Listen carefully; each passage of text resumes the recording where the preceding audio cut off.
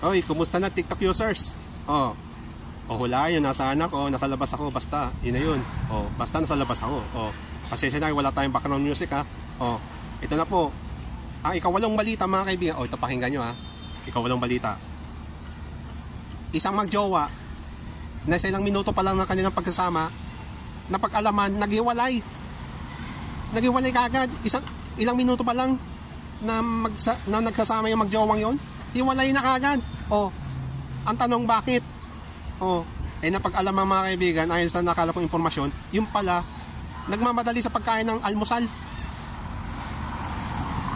Yun lang, nagmamadali sa pagkain ng almusal, nag-break kagad yung magjowa. Pag in English pala yun, breakfast turns into fast break. O yun, wala, hiwalay na kagad. Parang yun lang. Naghiwalay, kumain na ng almusal ng mabilisan, ayun, break kagad sila. Ilang minuto pa lang sa magjowa. Yun na yun. Or kita forget, ito ang baling balita in English, break news. Nasaan ako mga kaibigan, nasaan ako. Ito, nandito ako sa alma mater kong eskwelahan ng elementary high school. Ayun tapos ito, giniba na pala.